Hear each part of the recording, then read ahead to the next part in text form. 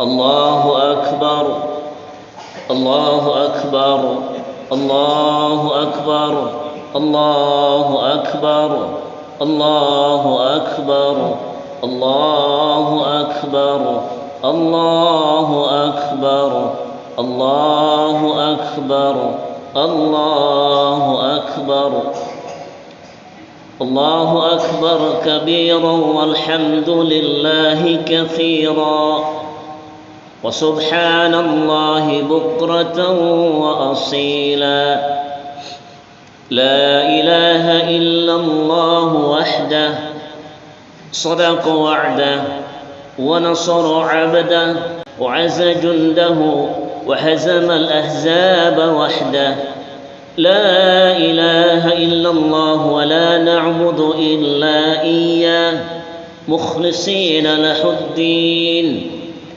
ولو كره الكافرون لا إله إلا الله والله أكبر الله أكبر ولله الحمد الحمد لله الملك القهار أشهد أن لا إله إلا الله وحده لا شريك له وأشهد أن محمدا عبده ورسوله اللهم صل وسلم وبارك على نبينا محمد وعلى آله وأصحابه ومن تبعهم بإحسان إلى يوم الدين يا أيها الذين آمنوا اتقوا الله حق تقاته ولا تموتن إلا وأنتم مسلمون أما بعد. Hadirin undangan Allah yang dimuliakan Allah Subhanahu wa taala, pada kesempatan pagi yang cerah ini, marilah kita panjatkan segala puja dan syukur kehadirat Allah Subhanahu wa taala yang telah memberikan kesehatan, yang telah memberikan kekuatan dan kenikmatan sehingga kita dapat hadir di tempat ini untuk menunaikan salah satu ibadah yang diperintahkan Allah dan Rasulnya, untuk mengumandangkan kalimah-kalimah thayyibah, kalimah-kalimah yang agung, bertakbir, bertahmid, dan semuanya kita tujukan untuk keagungan Allah semata. Salawat dan salam atas junjungan Nabi kita Muhammad sallallahu alaihi wasallam yang telah memberi petunjuk yang benar kepada kita, yang dapat dijadikan pedoman hidup untuk mencapai kebahagiaan hidup baik dunia dan akhirat. Setiap tahun, saudaraku yang dirahmati Allah Subhanahu wa taala, dalam suasana menyambut hari raya Idul Adha 10 Zulhijjah, kita mengumandangkan kalimah-kalimah tauhid, kalimat takbir, tahmid dan tahlil.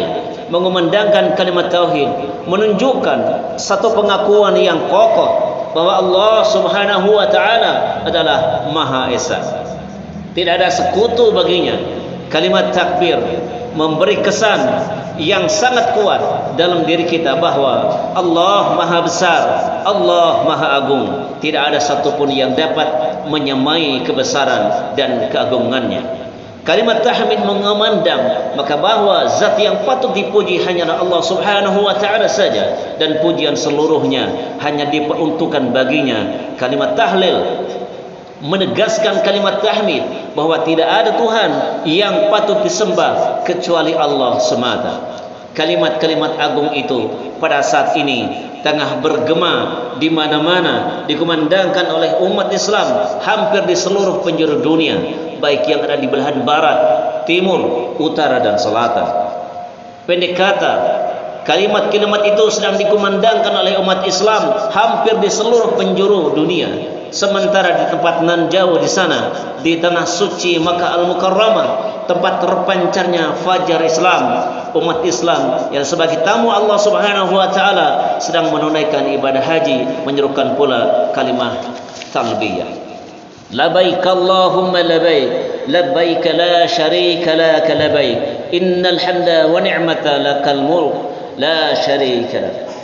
Ku penuhi panggilanmu ya Allah, ku penuhi panggilanmu, tiada sekutu bagimu, sesungguhnya limpahan karunia dan kekuasaan hanya padamu semata, tiada sekutu bagimu.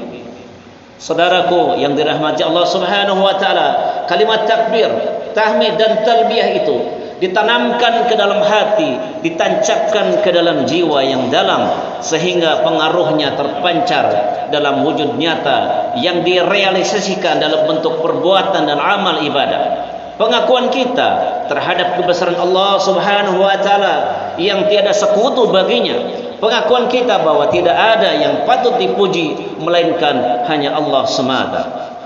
Kepatuhan kita untuk meninggalkan larangan-larangan dan melaksanakan perintah-perintahnya, dan pengakuan mereka dalam memenuhi panggilannya untuk menunaikan ibadah haji, merealisasikan dari apa yang kita ucapkan. Hari Raya Idul Adha yang juga disebut Hari Raya Idul Kurban mengingatkan kita kepada Nabi Allah Ibrahim alaihissalam bersama putranya Ismail alaihissalam. Ismail adalah putra tunggal Nabi Ibrahim alaihissalam yang telah bertahun-tahun dirindukan kehadirannya. Sebagai putra tunggal, Ismail sangat disayangi oleh kedua orang tuanya. Dalam suasana saling kasih sayang seperti itu, maka turunlah perintah dari Allah Subhanahu wa taala kepada sang ayah, yaitu Nabi Ibrahim alaihissalam, untuk melakukan kurban dengan menyembelih anak kandungnya sendiri, yaitu Ismail. Nabi Ibrahim alaihissalam dengan penuh ketaatan dan kepatuhan bersedia melaksanakan perintah Allah itu. Dan ketika diceritakan oleh Ibrahim kepada Ismail tentang adanya perintah dari Allah untuk menyembelihnya, Nabi Ismail tidak gentar sedikit pun juga. Ia rela menerima perintah itu dan meyakinkan ayahnya bahwa ia menerima perintah itu juga dengan penuh ketaatan dan kesabaran. Hadirin yang dimuliakan Allah Subhanahu wa taala, keduanya jelas telah sama-sama menunjukkan sikap ingin berkorban yang luar biasa dahsyatnya. Kesediaan Nabi Ibrahim untuk melaksanakan perintah itu dan kerelaan Ismail alaihissalam untuk menerima perintah itu merupakan perwujudan dari kepatuhan mereka yang tiada taranya terhadap perintah Allah Subhanahu wa taala. Kita dapat membayangkan bagaimana kalau kita sendiri yang hanya mempunyai putra satu-satunya dan anak satu-satunya rela untuk menyembelihnya demi untuk menjalankan perintah Allah semata. Nabi Ibrahim alaihissalam dan putranya Ismail telah melaksanakan perintah itu dengan penuh ketaatan, penuh kerelaan dan ketenangan, serta penuh berserah diri kepada Allah Subhanahu wa taala. Pada hari raya Idul Adha diperintahkan kepada mereka yang mampu untuk menunjukkan kesediaannya berkurban dengan penyembelihan seekor hewan ternak. Penyembelihan terhadap hewan kurban itu mengalirkan darah dan menghasilkan daging yang akan dibagi-bagikan kepada yang berhak untuk menerimanya. Patut kiranya dicatat bahwa yang dinilai oleh Allah dalam penyembelihan itu bukanlah darah semata yang terpancar dan bukan pula daging yang bergelimpangan, melainkan kesucian jiwa dan keikhlasan hati serta kesediaan melaksanakan kurban. Hal ini dinyatakan oleh Allah Subhanahu wa taala di dalam Al-Qur'anul Karim, Al-Hajj ayat 37. A'udzu billahi minasyaitonir rajim. Bismillahirrahmanirrahim. La yanalallaha luhumuha wala dima'uha walakin yanaluhu taqwa minkum. Tidak akan sampai kepada Allah daging dan darah kurban, tetapi yang sampai kepadanya adalah takwanya. Saudaraku, perintah berkurban yang ditujukan kepada Nabi Ibrahim dengan menyembelih putranya Ismail pada hakikatnya adalah ujian bagi kekuatan iman dan takwa Nabi Ibrahim dan Ismail alaihissalam. Allah ingin melihat sejauh mana kerelaan dan kesediaan keduanya di dalam melaksanakan perintah itu. Akhirnya keduanya telah lulus dari ujian Allah dan telah sanggup menunjukkan kualitas iman dan takwa mereka. Dan dengan kekuasaan Allah, maka Nabi Ismail alaihissalam yang ketika itu hendak disembelih, maka digantikan dengan seekor kibas oleh Allah Subhanahu wa taala.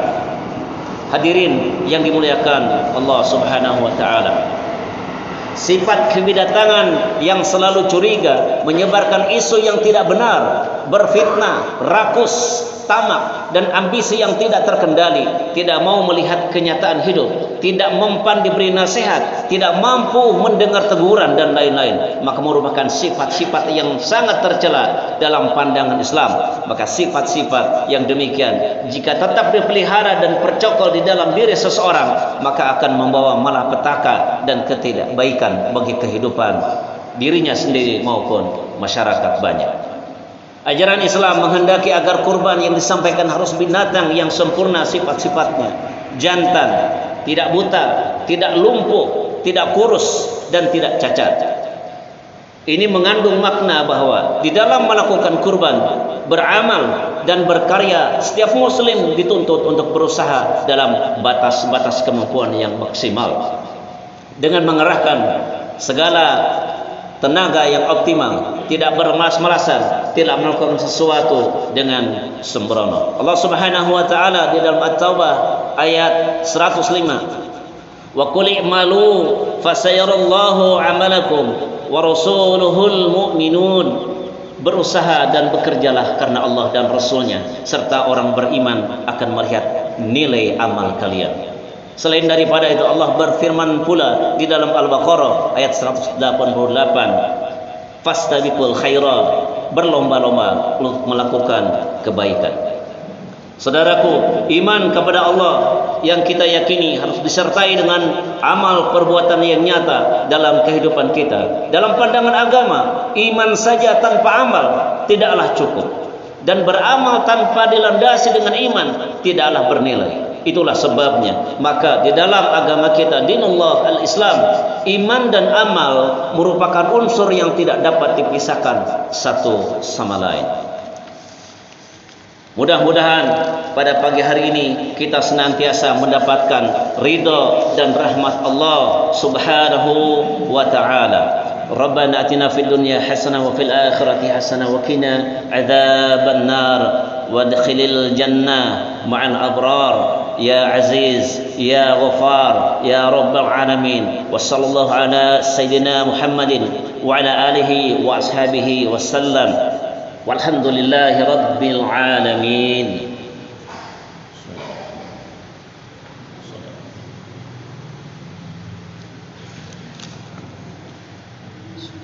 الله أكبر الله أكبر الله أكبر الله أكبر الله أكبر ولله الحمد.